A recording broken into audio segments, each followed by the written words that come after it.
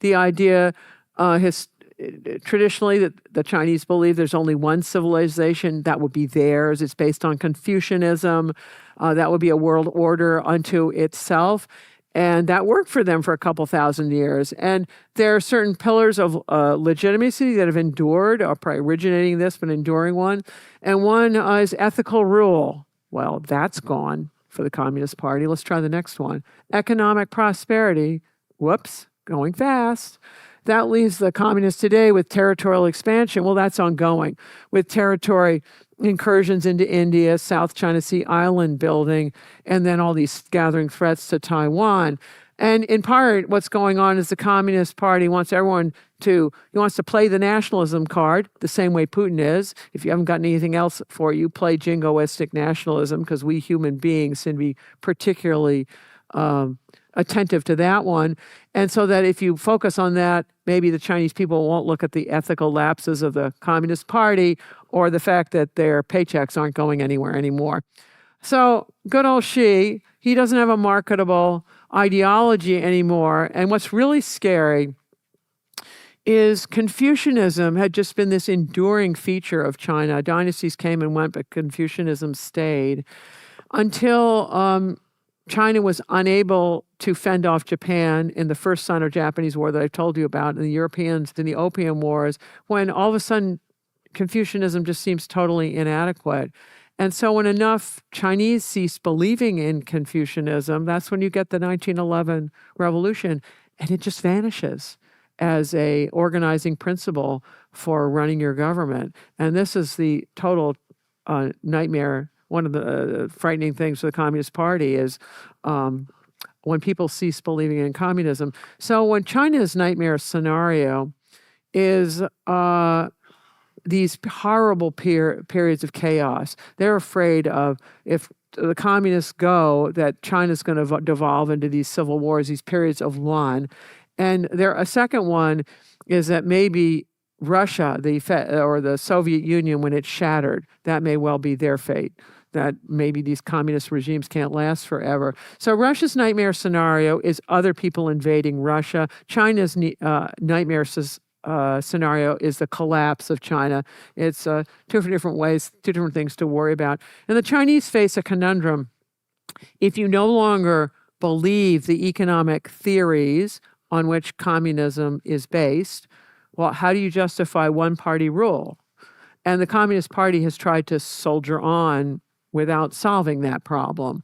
And the Chinese have, I think, learned a great deal from watching Russians as they play around with big ideas.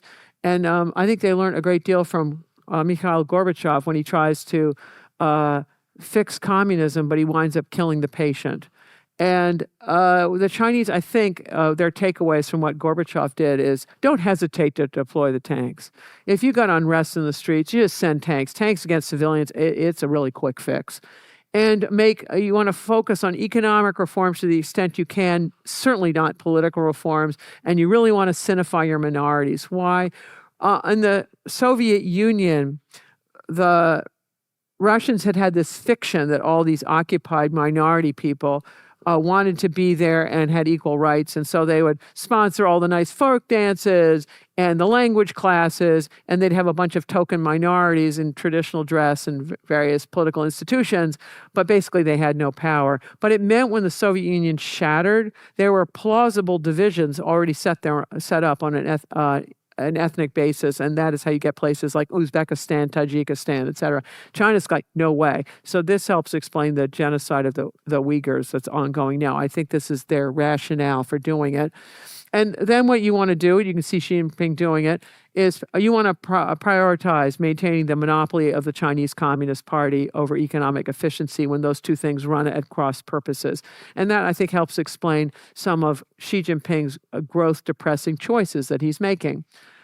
What the Gorbachev discovered when he tried to reform communism is that democracy and communism just don't mix. If you give people elections, they're going to support multiple parties. Also, when the communist track record becomes known of their incompetent economic management, summary executions, famines, just all the things that they've been up to, it's very hard for them to remain in power.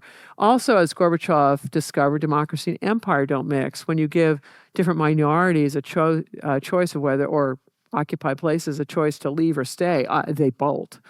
And there's a consensus among the Han, the preponderant ethnic group in China, that they want to maintain the empire. So they don't care how many Tibetans immolate themselves, right? That's no longer going on now because the mortar has descended into Tibet. And they don't care how many Mongols complain about lost lands. The Han want to keep it. Also, for the generation that survived the Cultural Revolution, which would be Xi Jinping, he's precisely that age group, they do not ever want to go back to the chaos, the Luan of the Cultural Revolution. It was horrendous. So expect them to prioritize stability over liberty. And this brings a third problem.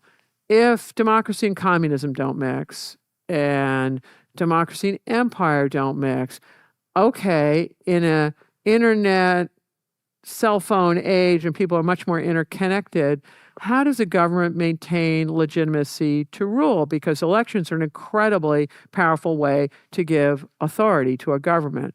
And this is where nationalism comes in. And the Chinese Communist Party, and the Russians likewise, are trying to use jingoistic nationalism to stoke up popular loyalties and also to deflect people from domestic problems to go, oh, look at the hated outsiders, right? And they aren't the only country to do this sort of thing, is you blame outsiders. It's all the immigrants' fault or whatever. And the problem with all of this, when the Chinese did it, is in 1980, right after the Tiananmen massacre, the Chinese Communist Party decided to rewrite all the textbooks. So they're no longer going to focus on class enemies, but they're going to be focused, to use jingoistic nationalism, they're going to focus on evil Japanese, evil Americans, and focus things that way. Well, the problem with nationalism is it's a very heady drink. If you imbibe too much, it clouds the judgment. Moreover, it repels minority people within China's empire who are not interested in Han nationalism. It frightens neighbors to coordinate with each other and find big powers to counterbalance this mess. And it also impedes the de-escalation of unforeseen international dust-ups or crises. So, with Putin's latest adventures, one would assume that the Chinese have some real thoughts about what's going on now.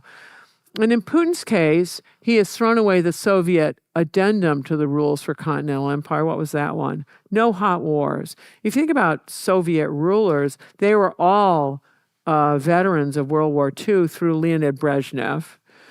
And they understood that war is easy to get into, hard to get out of, very unpredictable. So for them, it was proxy wars. And they loved it when the United States got into hot wars. What is not to like about the Korean War and the Vietnam War, with the United States just tied down and Americans tearing each other's eyes out about these things?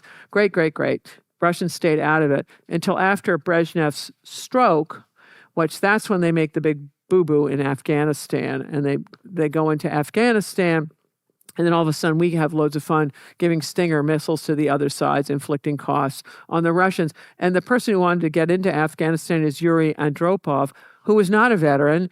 The uniformed military of Russia said, don't go into Afghanistan. Well, Andropov and friends ignored it, did their thing. If you look at Putin, he has risen to power on a diet of hot wars. He comes to power in the early phase of the Second Chechen War, where he levels the Chechen capital of Grozny and leaves most of the rest of Chechnya an environmental waste zone.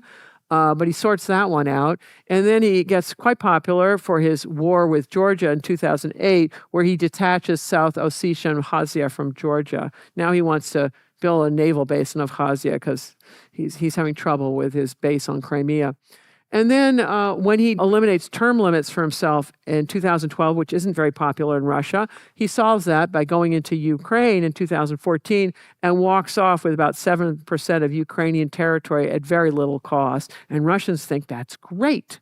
So if you look at these little stepping stones, this is the way continentalists look at it. You got all these little places lined up. You want to color it in, and that's where Ukraine comes in 2022. So Putin wants to reverse all these territorial losses. He wants the the green things and the purple things. And I don't know if he wants to do the Napoleonic Wars, I suppose, go all the way to Paris. Who knows? And here's how he looks at NATO, or doesn't look at it.